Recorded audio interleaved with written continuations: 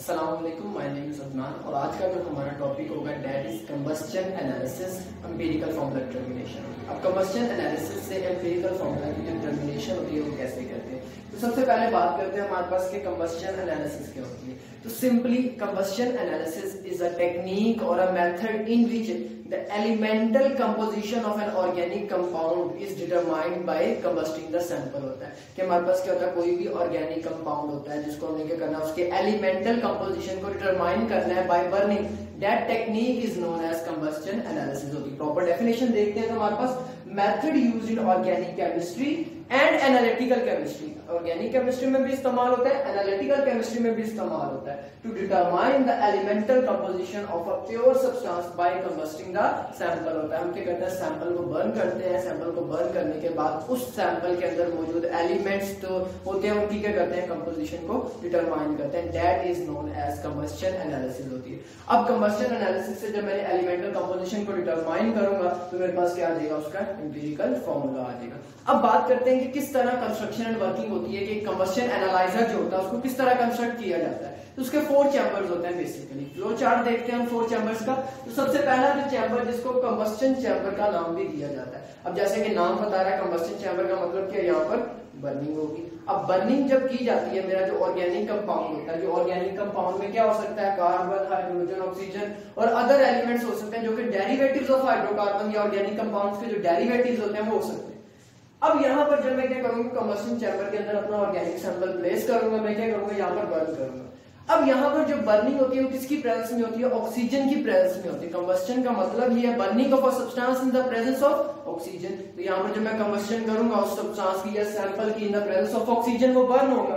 और जब भी कंबस्शन होती है हम प्रोडक्ट्स के बारे में जानते हैं कि क्या बनेगा, वाटर बनेगा, कार्बन डाइऑक्साइड बनेगी, प्लस हीट एनर्जी लिबरेट होती है या कोई अदर एलिमेंट या कोई अदर एलिमेंट्स में मौजूद है तो वो लिबरेट होगा। अब बात करते हैं कैसे उनकी जो मैस है उसको कैसे डिटरमाइन करेंगे। अगर फॉर एग्जांपल वाटर निकला है, कितना वाटर निकला है, कार्बन डाइऑक्साइड निकली, कितनी कार्बन डाइऑक्साइड निकली है, उसको कैसे डिटरमाइन करेंगे। तो जो नेक्स्ट चैम्बर होता है that is known as H2O absorber. उसे क्या कहते हैं, वाटर एब्जॉर्बर कहते हैं। अब यहाँ पर क्या इस्तेमाल हो रहा है, मैग्नीशियम क्लोरेट इस्तेमाल हो रहा है, MgCl4 as a water absorber. इसके अलावा भी कुछ वाटर एब्जॉर्बर इस्तेमाल होते हैं जैसे कि एल्यूमिनियम जेल वगैरह, सिलिका वगैरह, ये क्या होते हैं, एज अ वाटर एब्जॉर्बर इस्तेमाल हो सकते हैं। अब यहाँ पर MgCl4 का एज अ वाटर एब्जॉर्बर इस्तेमाल कर रहे हैं, वो क्या करेगा, यहाँ से जो कंबस्शन एनालिसिस होगी कार्बन डाइऑक्साइड और वाटर वेपर्स बनेंगे, वो वाटर वेपर्स MgCl4 के करेगा, उन्हें एब्जॉर्ब करेगा। अब कैसे हमें पता चलेगा कि कितना वाटर एब्जॉर्ब हुआ, हम क्या करेंगे, वेट करेंगे, वेट ऑफ MgCl4, फिर वेट करेंगे weight of MgCl4 plus absorbed water vapours, जो वाटर वेपर्स ने एब्जॉर्ब किए हैं, फिर क्या करेंगे, उनका वे करेंगे। अब वे कर लिया हमने, सिंपली मेरे पास MgCl4 का एम्प्टी वेट जो था सिंपली वाटर वेपर्स के बिना, वो फिर हमारे पास क्या आ जाएगा, weight of MgCl4 with water vapours होगा। मैं क्या करूंगा, इस वेट में से एम्प्टी MgCl4 का वेट क्या करूंगा, माइनस कर दूंगा, तो मेरे पास मैस ऑफ H2O एब्जॉर्ब्ड आ जाएगा। इस तरह नेक्स्ट चैम्बर जो है वो है कार्बन डाइऑक्साइड चैम्बर। अब यहाँ पर क्या होगी, CO2 एब्जॉर्ब होगी।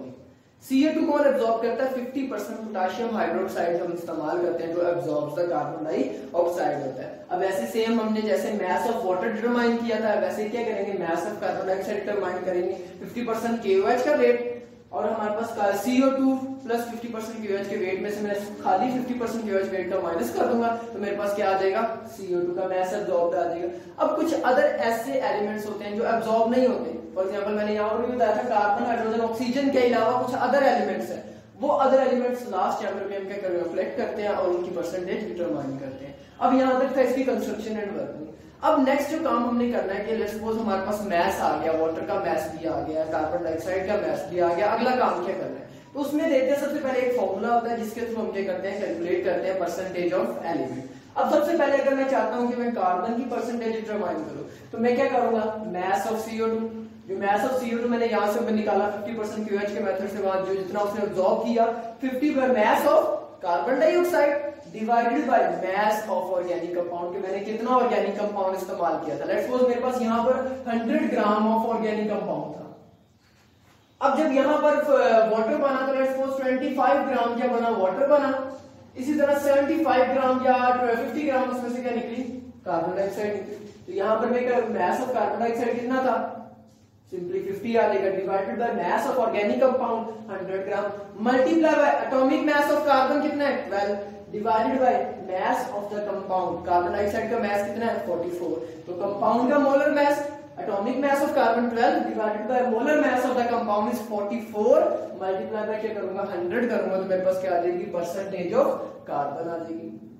इसी तरह परसेंटेज ऑफ हाइड्रोजन को डिटरमाइन करने के लिए क्या करूंगा mass of water, let's suppose कितना मास है यहाँ पर 25 ग्राम ऑफ वाटर है, मैं क्या करूंगा 25 gram divided by 100 gram multiply by atomic mass of hydrogen is 1.008 divided by क्या आ जाएगा molar mass of the compound, और molar mass of the compound कितना है वाटर का हमारे पास सिंपली 18, तो मैं क्या करूंगा यहाँ पर वैल्यूज पुट करूंगा 100 से मल्टीप्लाई कर दूंगा, मेरे पास क्या आ जाएगी परसेंटेज ऑफ हाइड्रोजन आ जाएगी, परसेंटेज ऑफ कार्बन निकाली, परसेंटेज ऑफ हाइड्रोजन निकाली। अब एक क्वेश्चन होता है कि कंबस्शन एनालिसिस के थ्रू आप डायरेक्टली जो होते हैं वो ऑक्सीजन की परसेंटेज डिटरमाइन नहीं कर सकते, 2 रीजन है इसके। सबसे पहली रीजन यहाँ पर मैंने क्या बताया था, combustion in the presence of oxygen होती है, अब ये तो मेरा ऑर्गेनिक कंपाउंड है उसके अंदर ऑक्सीजन मौजूद है, और दूसरी मैंने क्या की बर्निंग के लिए बाहर से ऑक्सीजन जो प्रोवाइड किया वो दोनों कंपाउंड्स के अंदर मौजूद है, वाटर के अंदर भी मौजूद है और कार्बन डाइऑक्साइड के अंदर भी मौजूद है, तो इस रीजन की वजह से मैं ऑक्सीजन की परसेंटेज डिटरमाइन नहीं कर सकता। दूसरी रीजन होती है कि जो ऑक्सीजन होती है वो तो ये दोनों एब्जॉर्ब कर रहे हैं, वाटर के साथ भी ऑक्सीजन है, कार्बन डाइऑक्साइड के साथ भी ऑक्सीजन होती है, तो both compounds have smaller amounts of oxygen होते हैं, जिसकी वजह से इनको मैं डायरेक्टली यहां से डिटरमाइन नहीं कर सकता। तो 2 रीजंस हैं, एक तो बाहर से ऑक्सीजन ऐड हो रही है, दूसरा इन दोनों कंपाउंड्स के अंदर क्या मौजूद है ऑक्सीजन मौजूद है, जिसको मैं डायरेक्टली डिटरमाइन नहीं कर सकता। तो उसको डिटरमाइन करने के लिए हम क्या करते हैं डिफरेंस मेथड का इस्तेमाल करते हैं। अब डिफरेंस मेथड में क्या करते हैं percentage of carbon plus percentage of oxygen hydrogen sorry minus में किसमें से कर दूंगा 100 minus percentage of carbon plus percentage of hydrogen करूंगा, तो जो रिमेनिंग परसेंटेज होगी वो किसकी परसेंटेज आ जाएगी ऑक्सीजन की परसेंटेज आ जाएगी। ऑक्सीजन की परसेंटेज हमेशा कंबस्शन एनालिसिस में जो करते हैं वो डिफरेंस मेथड के थ्रू करते हैं, डायरेक्टली डिटरमाइन नहीं कर सकते। द रीजन इज दैट कि जो बाहर से ऑक्सीजन ऐड हो रही है कंबस्शन चैम्बर के अंदर प्लस बोथ कंपाउंड्स के अंदर ऑक्सीजन है, जिस वजह से इसको डायरेक्टली डिटरमाइन नहीं किया जा सकता। अब यहाँ पर ये हमारे पास के फॉर्मूला इसकी एप्लीकेशन देखते हैं, एक एग्जांपल के थ्रू एक एग्जांपल सॉल्व करते हैं, उसकी एप्लीकेशन देखते हैं। एक एग्जांपल में हमारे पास एक कंपाउंड गिवन है, वेट जिसका गिवन है वो कहता है कि weight of the organic compound is 0.5439 gram.